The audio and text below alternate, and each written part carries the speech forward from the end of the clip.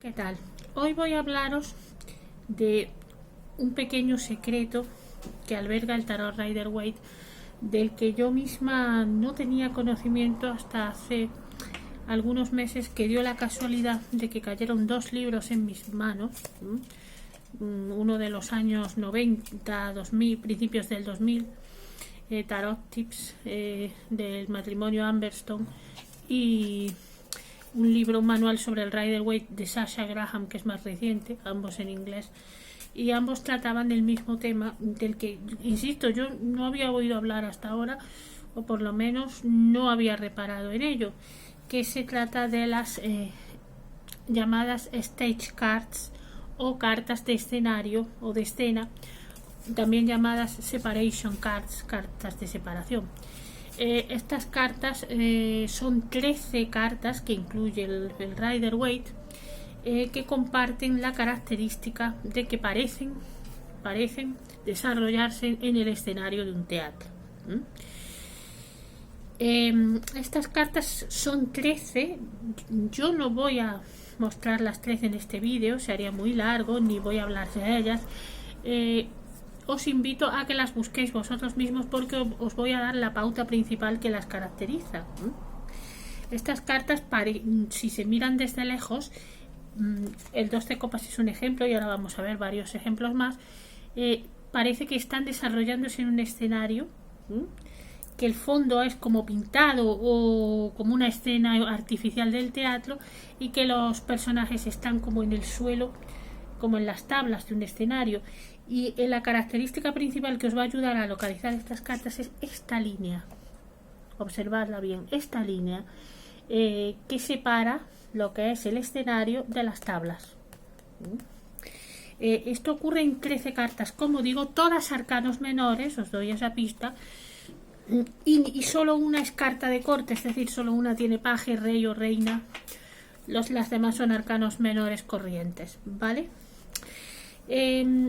¿Por qué Pamela Colman dibujó estas cartas así? Probablemente no fue un tema intencionado, no del todo.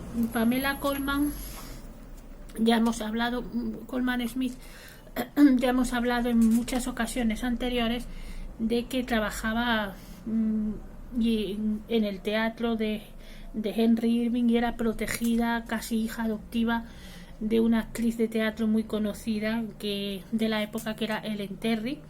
Ellen Terry y su hija contaban además entre las mejores amigas de Pamela, y digamos que Pamela Colman le debe mucho al teatro, y realizaba diseños, dibujos, carteles, postales, etcétera, para este teatro, y en innumerables ocasiones retrató tanto a Henry Irving como a Ellen Terry, y como a otros actores.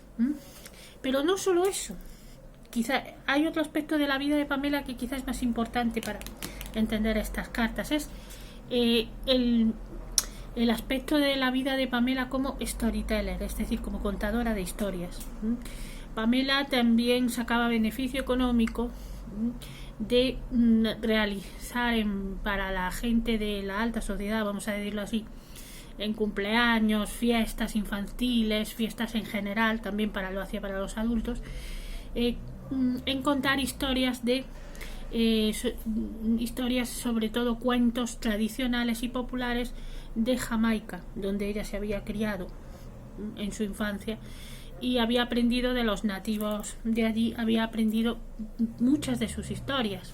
Y ella tenía publicado un libro de cuentos llamado Anansi, y cuyo protagonista es un personaje que es mitad hombre, mitad araña, y que es muy astuto y pícaro, el típico pícaro de los cuentos. Aquí en Europa tenemos personajes parecidos como Reinar el zorro y personajes así, que siempre burlaba a los demás animales con su astucia. Y Pamela contaba este cuento y otros cuentos, como digo, en reuniones sociales, adoptando la vestimenta, los gestos y el acento. Hoy día eso no se vería muy bien visto, se le llamaría apropiación cultural, de los nativos negros de Jamaica. Como Pamela era muy menudita, muy morena y tenía un aspecto muy exótico, la gente se maravillaba con esto. Pero más importante que todo esto es que Pamela utilizaba para contar estos cuentos no solo su voz y sus gestos, sino un elemento muy conocido en la Inglaterra victoriana, el toy theatre, el teatro de juguete, es decir, teatros muy pequeñitos hechos de cartón y de papel que los niños ingleses utilizaban para montar sus propias obras de teatro y jugar al teatro, vamos a llamarlo así. El que tenía Pamela era recortado y pintado evidentemente por ella misma, porque era artista, ¿no? Hay un cuadro muy conocido, lo podéis buscar en internet, en el que se la ve precisamente. Ese cuadro hoy en día está en posesión de Stuart Kaplan, del presidente de US Games, que entre otras cosas tiene los derechos del Rider Waite. En ese cuadro se ve a Pamela sentada, vestida de rosa, creo recordar, y manejando el teatrito de juguete. Entonces Pamela tiene la capacidad de manejar las figuras del tarot un poco como esos personajes del teatro de juguete, y en estas cartas se deja llevar, en vez de hacer digamos como en las otras cartas, en las cartas restantes de la baraja, algo más profundo, de movimiento, con más profundidad de movimiento, algo más dinámico. En algunas cartas, en estas 13 que os he comentado, se deja llevar por esa habilidad suya para manejar figuras teatrales, para manejar personajes en un escenario pequeño, también por su familiaridad con el teatro, y crea 13 cartas en las que los personajes parecen estar actuando. Probablemente el motivo, como dicen muchos autores, es simplemente artístico. Pamela no quería darle más significado al tarot con esto, pero aunque ella no quisiera, estas cartas añaden una capa de profundidad al tarot. ¿Por qué?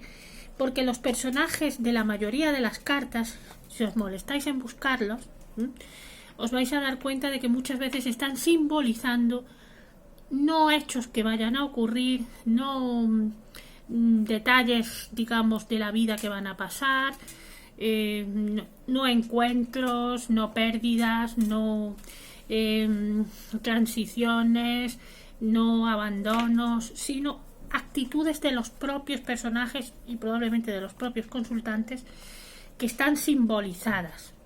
Voy a poneros un ejemplo. El 2 de copas representa el amor sublime, perfecto y divino de dos personas que se aman, la unidad, la armonía. Estos personajes nos pueden evocar a cualquier personajes de teatro, de ópera, a Romeo y Julieta, a Tristán e Isolda, y efectivamente esa es la idea de representar un símbolo del amor perfecto y la unión perfecta. A esta carta no le dice a la persona vas a encontrar el amor de tu vida, o puede que sí, pero más bien quiere hacerle hincapié en que el mayor deseo que tiene es esa unión perfecta, esa armonía perfecta y ese encuentro con el alma gemela, y que eso es lo que está buscando, y que a lo mejor la carta también le predice que ha encontrado una persona con la que en la medida de lo posible va a tener ese tipo de unión. Aquí la carta no representa tanto un hecho simple y seco de la vida, sino un valor de la persona. Lo mismo pasa con el 2 de espadas, quizá más, ¿no? En el 2 de espadas vemos esta mujer de espaldas, con miedo, asustada, que tiene miedo y no sabe de qué, que está a la defensiva y no sabe por dónde le viene el peligro, que a lo mejor le está plantando a la espalda el verdadero peligro, que es el mar. ¿Qué representa Pamela con este dibujo? Que además ya hablamos en vídeos anteriores, que su actitud es muy artificial, que una persona no se defiende así, ni coge unas espadas así habitualmente, ¿no? Está representando el miedo a no se sabe de qué, la incertidumbre y la actitud ante la vida de una persona que está permanentemente a la defensiva. No le está diciendo a esta persona te viene un peligro, no, le está diciendo tienes mucho miedo y quizá el peligro no es tan grande o no viene por donde tú crees. Lo que está representando es el miedo. En esta carta, que la he escogido especialmente porque quiero comentaros que la línea no siempre se ve del todo. Tenéis que poner un poquito la lupa para encontrarla. En este caso, esta carta es todavía más clara. Es el emblema de la generosidad. De la generosidad con cabeza. Mucha gente me ha dicho cuando ha visto esta carta: oye, Rozonda, es que este señor es un avaro o es un hipócrita porque está dándole a esas personas tan pobres con una báscula. No, lo que está dando es lo justo para que cada persona no tenga lo suyo y nadie se quede sin nada. Y para que cada persona reciba aquello que verdaderamente necesite. Para que los que necesiten más reciban más y los que necesiten menos reciban menos. Se trata de justicia a la hora de dar, que es tan importante como ser generoso es ser justo, ¿no? Y es un emblema clarísimo de la generosidad que en cualquier obra de teatro, al igual que hay personajes, pensemos en Shakespeare, que son emblemas de la envidia como Iago, de la duda como Hamlet, del amor como Romeo y Julieta, etcétera, etcétera, pues tenemos, o de los celos como Otelo, no sé, cualquiera que se os ocurra, este personaje y que Pamela coloca aquí sería como un emblema de la generosidad y se le muestra de forma muy gráfica. Y lo mismo pasa con el 10 de bastos. El 10 de bastos es el emblema, hoy día diríamos, del estrés, de cargar con más de lo que podemos tomar.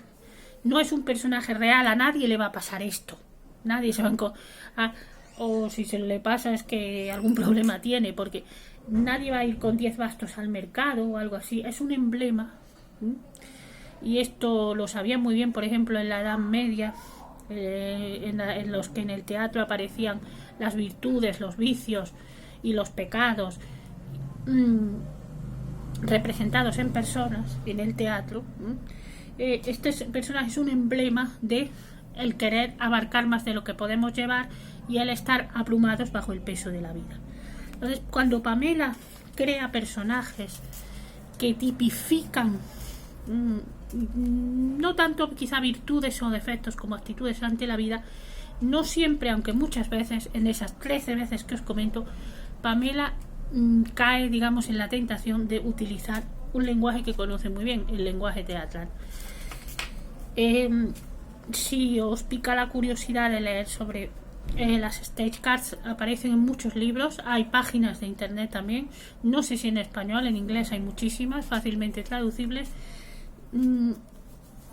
Y si no queréis, y también aparecen listas de estas cartas si no queréis daros el trabajo de buscarlas, ¿de acuerdo? Las otras 9 que faltan, que ya os he mostrado yo 4. Bueno, espero que os haya interesado el tema, os emplazo hasta el próximo día y os envío un saludo. Hasta pronto.